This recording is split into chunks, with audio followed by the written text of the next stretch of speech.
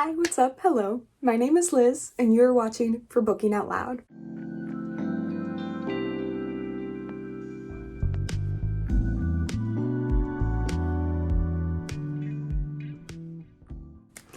I finally have my holiday decorations up, my beautiful tree, and my yearly decorations that are only appropriate for December. I don't care though. They're up and they're beautiful and they go together, so yay. And I also have my Firefly ugly crew neck. I don't know. It makes me happy, and so I'm wearing it. It says, "I'm a leaf on the wind, watch me soar." Does it have watch me soar? No, it just says I'm a leaf on the wind. But it makes me happy, and so I wear it. This one I wear a lot more than my beautiful llama one, just because it's a teensy bit more subtle. However, let's get into what this video is about today. I am doing a wrap-up, if you couldn't read the title of the video.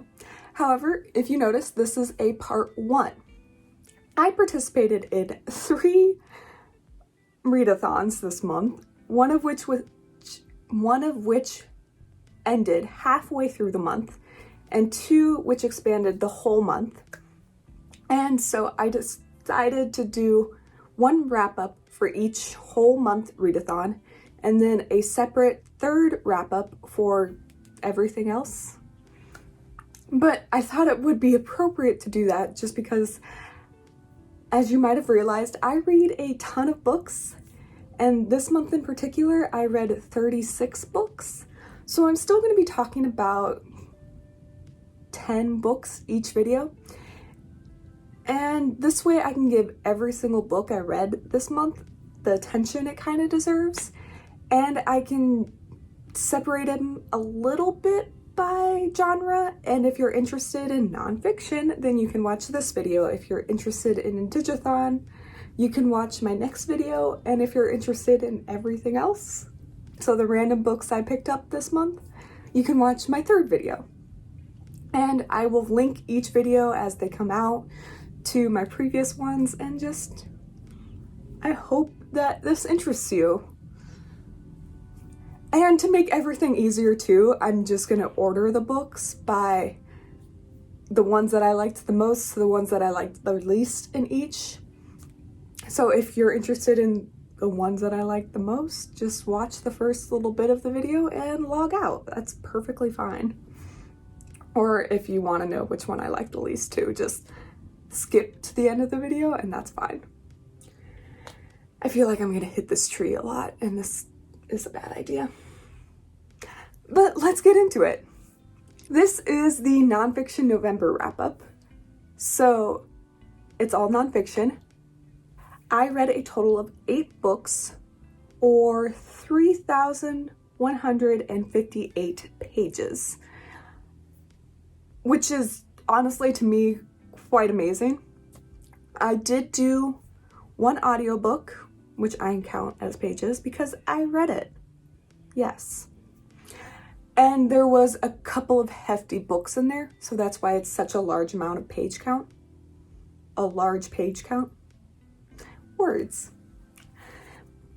And so as my number 1, if you've seen some of my previous videos, this will not be a surprise for you at all. I've been raving about this book for the past month since I picked it up, but it is Why Are All the Black Kids Sitting Together in the Cafeteria by Beverly Tatum. And this is such a phenomenal book. I honestly picked it up because it was given to me by my school, and I just needed some equity work in my life earlier in the month, and I'm so glad I did. It is one of my top books this year. It is a 20th edition release about why race is still such an important topic to talk about, and why it's still relevant 20 years after Tatum released the first copy. She goes through and adds so many different subjects that are just relevant in the last 20 years, but you can tell things that were written 20 years ago as well, and that are still applicable today. And she makes the argument why we need to talk about race to children and not just as adults. And she was so eloquent and just really showed great personal tangents to make her point, but looking at certain research that is widely accepted to prove her points. And I really, really suggest this book and almost think it should be required reading for anyone and not just teachers, because it is sort of directed at teachers, but anyone can pick this up and get something from it. So I gave it a 5 out of 5. It's one of my top reads of this year, and yes. My second highest rated book this month is A Promised Land by Barack Obama. And it did come out this month, and that book is pretty hefty, but I'm really glad I did pick it up. I loved Becoming by Michelle Obama, and Barack Obama does not write the same things as Michelle Obama, because clearly he has different personal experiences and it is his story. But this is also part 1, I think what's going to be a 2-part series. But he chronicles his earlier life, what kind of gotten him into politics, all the way up to killing Osama bin Laden in his first term as president. And I did read this through audio, and he narrates the audio just like Michelle Obama narrated her book. There were times that I thought he was very detailed, almost to the extreme, but looking back at the book, I thought these details were very needed to understand the topics that he was talking about to make his point. My personal favorite parts of the book were things that had nothing to do with politics or some of the decisions he made as president, but more what were his thoughts and feelings about those decisions and his personal life, which I know he's very private about. And so seeing him opening up was very awesome. And so that's why I ultimately gave it a 4 out of 5 and not a 5 out of 5, just because it was a little too much at times, but still needed, and a very good read overall. Just very long, and knowing that there's going to be a part 2 and it's not out right now is again, I'm going to read it, yes, and it's just a very well written book. A lot like his previous books, honestly.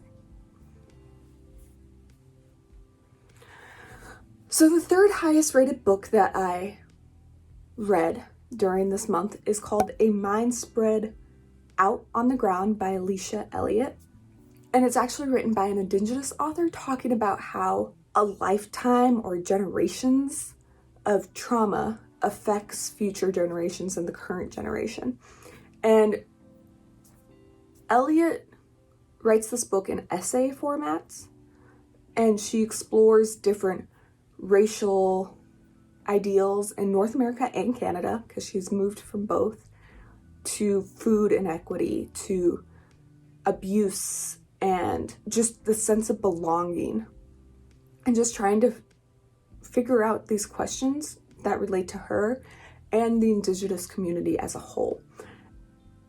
And honestly, one chapter that really hit home for me was her essay on abuse, and kind of relating it to her experience of abuse that she experienced from father, or the abuse that her mother and father gave each other, and the idea that a whole country can abuse a whole people, as in Canada abusing their Indigenous populations for generations, and North America as a whole, a continent, so Mexico, North America, the United States, and Canada abusing their Indigenous populations. for a century. And really relating all of those as a circle. And it was just so impactful and insightful, and she does not leave anything to the imagination. And I'm really, really glad I read it, but it was really tough to get through as well. And ultimately I did give it a 4 out of 5 because it was beautiful. It was a beautiful book.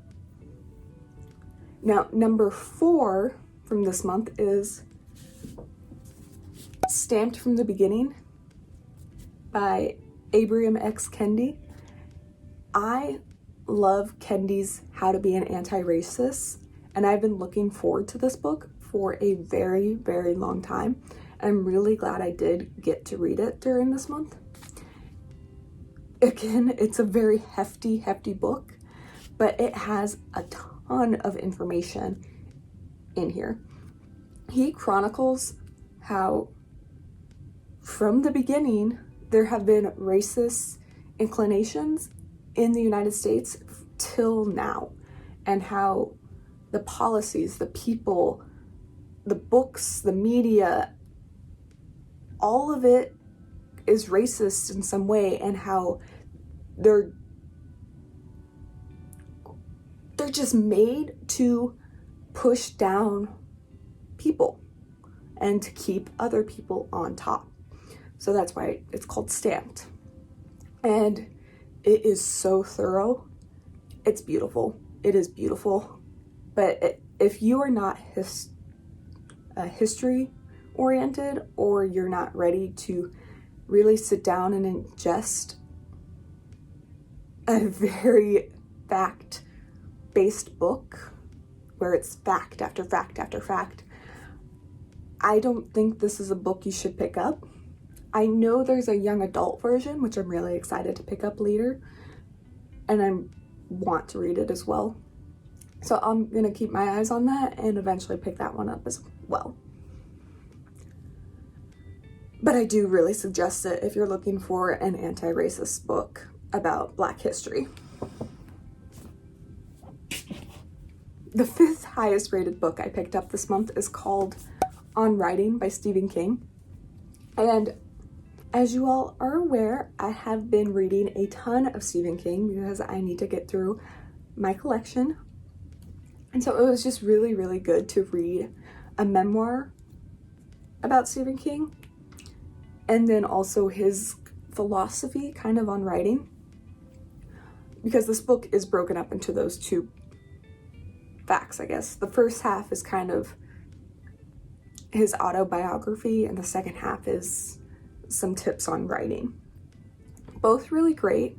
However, it's not the best memoir I've ever read, and the fact that it's very, very brief, because it's not that thick of a book, and half of it spent on tips and tricks on writing, makes the memoir incredibly short. And I just wish it was a little bit more detailed. So I gave it a 3 out of 5. Still great, and I know people love his tips and tricks on writing. I'm personally not a writer-oriented person, so I really skimmed over those little facts and tidbits, but I know people rat and rave about that part. So not my cup of tea, but I know it's others' go-to. So On Writing by Stephen King. Now, number 6 out of 8 for this month is Devil in the White City by Eric Larson. Now, I was really, really excited for this book because it was about H.H. Holmes, one of America's first serial killers, and his house of horrors. Plus, I was hoping just a teensy bit on the World Fair in Chicago in 1893. However, what this book does deliver is a ton on the World Fair and an okay amount on H.H. Holmes. It is very detail oriented, where almost half the book is about the World Fair and half the book is on H.H. Holmes. And it might just be me because I'm really, really into horror books right now, but I wish I had a lot more details on Holmes and his acts of horror and his trial, and a lot less on the World Fair and how you had the voting to get it to Chicago and how they built everything and how it went and how it ended. And I was warned about that, and I chose not to take people's warnings, so that is completely on me. And I'm not saying it was a bad book. This is a very good book, and it doesn't have fact after fact after fact. It is a very narrative-oriented nonfiction. So if you're looking for a good narrative-oriented nonfiction that is pretty much giving you two separate stories, I would highly suggest this book, but this just wasn't what I was looking for at the time, and I kind of forced myself to read it. And so that's completely on me. So I think my rating really reflects how I just wasn't in the mood for it. So if I choose to pick it up later, it certainly might be rated higher. And that's just, again, completely on me. So I would right now rate it 3 out of 5 because I know there's people out there that absolutely love this book. And I'm glad for them. And I certainly would give this book to someone else to check it out.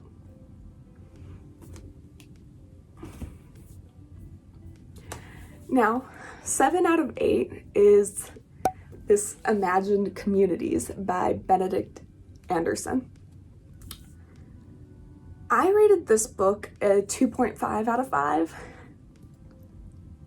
It was an interesting book, and it definitely explored the idea of where nationalism comes from, and it goes to a lot of different places all over the world. But if I'm going to be honest, it really focuses heavily on Eurocentric worlds, like Europe, North America. And I can understand that, but I feel like being a second edition and having been updated, there could have been a lot more on the East and how those countries have come up to be very nationalized. And that's just one criticism. I really thought it was incredibly fact-based and it is well researched. But I also just wasn't in the mood for this kind of book. And I admittedly did not take the time to appreciate it like I should. I think this is a book that you have to be very interested in the topic to appreciate, and I'm just not there right now. And I did get a lot out of it. There's some good history in it, but again, I'm very oriented in history, or I'm very fascinated about history, and it just wasn't there for me, and that's just kind of unfortunate.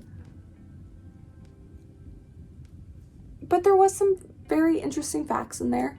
And it does go back in history to look at different facts of nationalism and how it rises up to create kind of this group of people that relate to each other, and it focuses on education and language, that kind of thing. One thing I did like about this book is I haven't seen Chicago-style annotations for a very long time, and this does have Chicago style annotations, and I did appreciate that. So